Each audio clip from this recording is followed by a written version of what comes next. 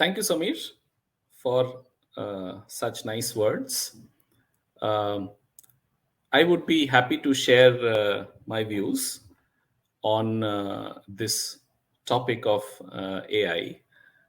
I have been in the industry for quite some years, and hence have gone through the days of the buzzwords like automation, digitization, etc. Um, of course, I see a lot of connection of those earlier words with what nowadays we call as AI. So for me, and I will stick to the services industry so that I can talk about a little bit more detail of one particular industry. So for me, any non-physical work can be categorized in black and white as standard or non-standard work. And automation in the earlier years is about digitization of standard work. I call this basic AI. Repetitive processes, which can be documented, which means it's simple, fuels automation. Now, benefits from automation for me are linear at best. Of course, you save some time, you save some hours, but there's a lot of preparation that goes at the back end to prepare a system for automation. And, and that preparation is every time you need to prepare or redo it once the process changes in 6 months or 1 year or whatever that is, right? And of course, we, in the spirit of continuous improvement, would like to predict this change in process, as gains will be much more than linear if we are able to even automate that portion, right? And hence what is happening is we keep constantly shifting the boundaries between standard and non-standard. Yesterday what was non-standard today is standard, and hence and that is possible via usage of the advancements that we see right now, right? Given that we can read the patterns, we can which were earlier actually what was difficult to decipher, now I can decipher, right? With all the advancements in computing and statistics can be used at a wholly different level, right? I think it's ripe, but there are some there are some cases where AI is more successful, or there are some factors where I see AI being more successful than some of the other. Let's say you can use the word organization or some of the other things which play a big role, and I'll talk about it in a minute.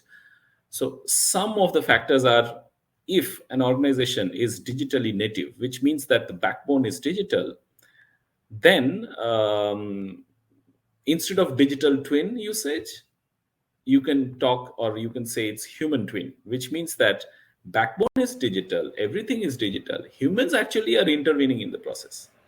So in such cases or scenarios, AI is hugely successful. And the other case where it is hugely successful is where you have urgent need, things like complex math models for sharing, for share price prediction or actuarial calculations and all that, and predictive models for targeting, all that stuff. So in both cases, if you observe carefully, you will see that humans are secondary, right? Limited touch points, which means that you can use the famous phrase, right? Too many cooks spoil the broth.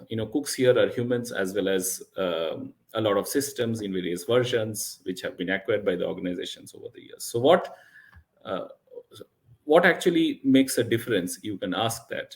Difference is you if you have too many folks, then it slows down. But you can actually convert that into an advantage by having a culture in the organization which is more data driven, which is more open for new technologies, which actually helps in adopting AI. Now, a word of caution there. Every organization who wants to do this AI, you have to make sure that behaviors, the value system, the culture in the organization is really correct or right, moral values I'm talking about. Because unknowingly, if we are reading these patterns and we are, at the end of the day, somebody is doing some uh, some of these coding, etc., they need to be really good in terms of their value system. So that is one thing that is very important for all of us. Now, going to some of the examples in this case, in the service industry, where we see we are at this point in time somewhere called intermediate AI, because we have a lot of use cases which are used in various departments. Things like OCR, or optical character recognition, right? Extracting data from images, invoices, receipts, and all that, which are feeding information into decision systems for automated decisioning, right? So that's one use case. Conversational AI, very commonplace. 80% of the questions are automated now, unlocking huge benefits for the organizations. Also, business process management, which is process mining and all that, is helping us to go through realms of process data, which is manually very difficult or impossible. And it helps us in finding out the most perfect way to do the processes and implement the best one, right? So there are departments which are using it, but like a train system where you have multiple, say, let's say there are multiple sections open, but if the sections are not joined, then you see low traffic. Once the sections get joined, I'm also taking example of Bangalore Metro. Now you see there's a lot of traffic. Similar in case of AI. The moment departments start joining, you will be at the right place to really get all the benefits that you can get out of AI. So yeah, let's be responsible about it.